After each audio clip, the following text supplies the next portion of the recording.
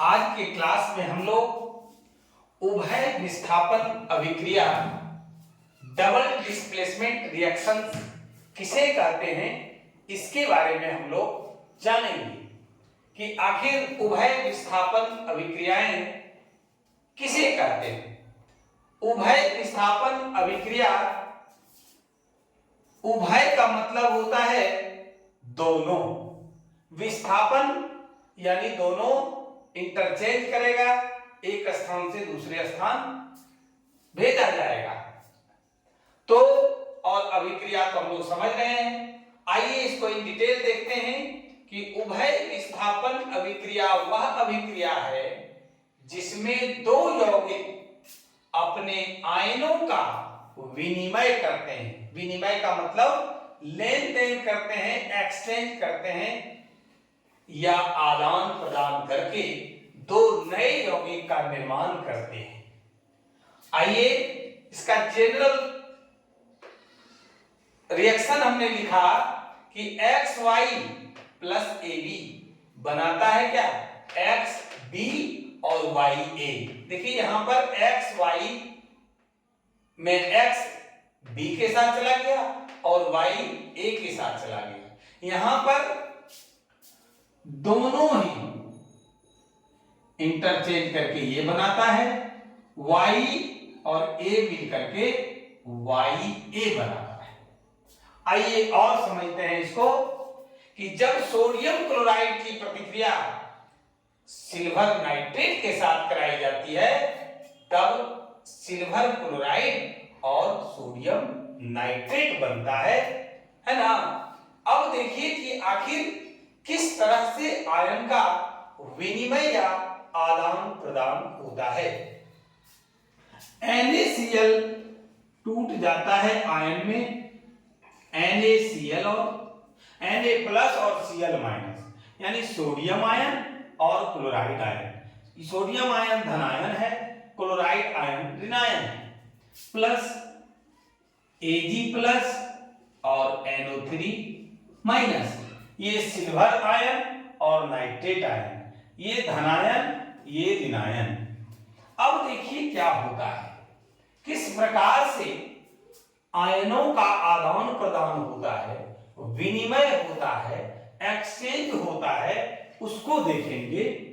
NaCl का जो धनायन है वो AgNO3 के ऋणायन के साथ मिलता है और AgCl धनायन क्लोराइड माइनस क्लोराइड आयन जो है वो ऋणायन है। ये दोनों मिलकर के AgCl बनाता है और Na प्लस NO3 माइनस मिलकर के NaNO3 बनाता है। यही हमने लिखा। यहां पर देखिए कि जब सोडियम क्लोराइड की प्रतिक्रिया सिल्वर नाइट्रेट के साथ कराई जाती है तो सिल्वर क्लोराइड और सोडियम नाइट्रेट बनता है। और किस प्रकार से आयनों का आदान प्रदान होता है, धनायन इसके ऋणायन से मिलता है, इसके ऋणायन इसके धनायन से मिलकर के किस प्रकार से बनाता है, किस प्रकार से अपने आयनों का विनिमय या आदान प्रदान करके दो नए यौगिक बन रहा है, वो हम लोग इसमें देखेंगे। अब आइए और उदाहरण से हम लोग समझते हैं कि उभय विस्थापन अभिक्रिया किस प्रकार से संपादित होती है, किस प्रकार से आयनों का आदान प्रदान होता है, विनिमय का कार्य होता है और विनिमय होने के उपरांत दो भिन्न प्रकार के यौगिकों का निर्माण होता है। यहां पर देखिए कि जब कॉपर सल्फेट की प्रतिक्रिया हाइड्रोजन सल्फाइड के साथ कराई जाती है तब कॉपर सल्फाइड और सल्फ्यूरिक एसिड बनता है, सल्फ्यूरिक अम्ल बनता है। किस प्रकार से आयनों का आदान प्रदान होता है जरा सा उस पर हम लोग गौर करें। Cu प्लस प्लस या 2 प्लस हम लिख सकते हैं, SO4 माइनस माइनस, फिर देखिए H2 plus S minus minus. कोई भी यौगिक जितना उसमें धनायन होता है उतना ही ऋणायन होता है, जितना धन चिन्ह होता है उतना ही ऋण चिन्ह होता है, जितना प्लस चार्ज होता है उतना ही माइनस चार्ज होता है। यानी कंपाउंड न्यूट्रल होता है, उदासीन होता है। अब देखिए कि इसका कॉपर यानी धनायन इसके ऋणायन से मिल करके CuS बना लेता है, कॉपर सल्फाइड। फिर देखिए H2 प्लस SO4 माइनस के साथ मिलकर के H2SO4 यानी सल्फ्यूरिक एसिड बना देता है। और हम देख रहे हैं कि आयनों का एक्सचेंज करके, विनिमय करके दो अलग अलग यौगिकों का निर्माण होता है। इसलिए उभय विस्थापन है, दोनों का विस्थापन होता है। अब आइए नीचे देखिए, एक और उदाहरण है कि फेरस सल्फाइड की प्रतिक्रिया जब सल्फ्यूरिक अम्ल के साथ कराई जाती है, फेरस सल्फाइड की प्रतिक्रिया सल्फ्यूरिक अम्ल के साथ कराई जाती है, तब फेरस सल्फेट और हाइड्रोजन सल्फाइड बनता है। यहां पर देखिए कि किस प्रकार से ये आयनों का आदान प्रदान होता है। Fe plus plus S minus minus. फिर देखिए H2 plus SO4 minus minus. अब देखिए कि ये जो है Fe धनायन सल्फेट ऋणायन के साथ, ऋणात्मक मूलक के साथ, कोई भी यौगिक में दो मूलक होता है, एक धनात्मक मूलक होता है और दूसरा ऋणात्मक मूलक होता है। तो धनात्मक मूलक इसके ऋणात्मक मूलक के साथ मिलकर के FeSO4 यानी फेरस सल्फेट आयरन सल्फेट बनाता है। अब देखिए इसका धनायन हाइड्रोजन आयन इसके सल्फाइड आयन से मिलकर के हाइड्रोजन सल्फाइड बनाता है। यहां पर भी देखिए कि उभय विस्थापन होता है, दोनों का आदान प्रदान होता है, दोनों के आयनों का विनिमय होकर के दो भिन्न यौगिकों का निर्माण होता है।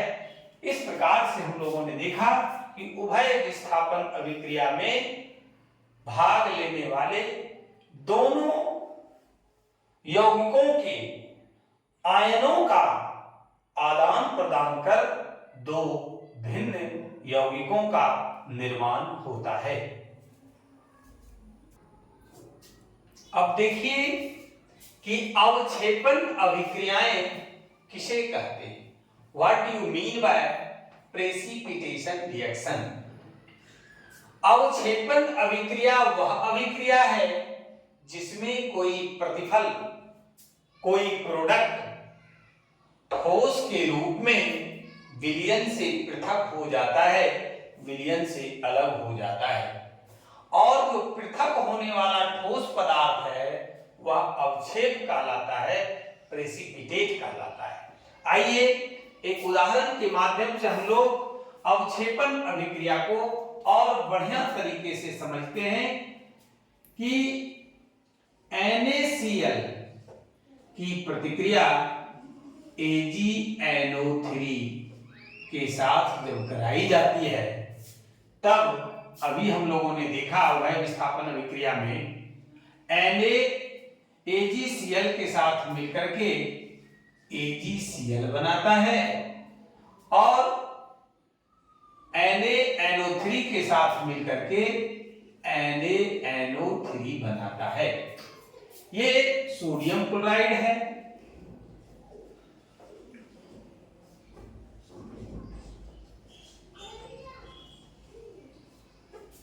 ये सिल्वर नाइट्रेट है, ये सिल्वर क्लोराइड है और ये सोडियम नाइट्रेट।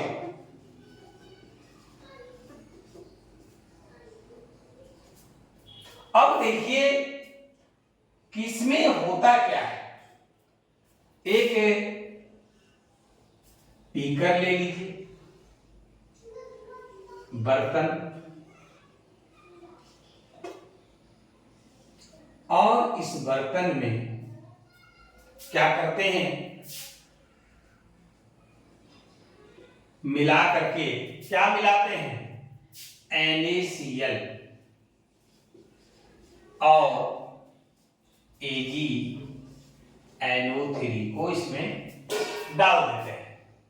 AgNO3 पहले से रहता है, NaCl को कांच की छड़ पर से धीरे धीरे करके उसको गिराते जाते हैं। जब रासायनिक अभिक्रिया होती है तो AgCl ठोस के रूप में, गाद के रूप में बीकर के पेली में जमा हो जाता है AgCl, सिल्वर क्लोराइड। अब देखिए इसी को हमने दिखाया कि जब सोडियम क्लोराइड की प्रतिक्रिया सिल्वर नाइट्रेट के साथ कराई जाती है तब क्या बनता है, सिल्वर क्लोराइड बनता है और NaNO3 बनता है।